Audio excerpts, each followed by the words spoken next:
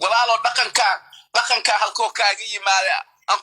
aku nisteexeeye dhaqankan qoomaludnimada halkoo kaa soo gala walaal maxay tahay wejigaada uma jeedaa walaal meeyada ma istaagta ma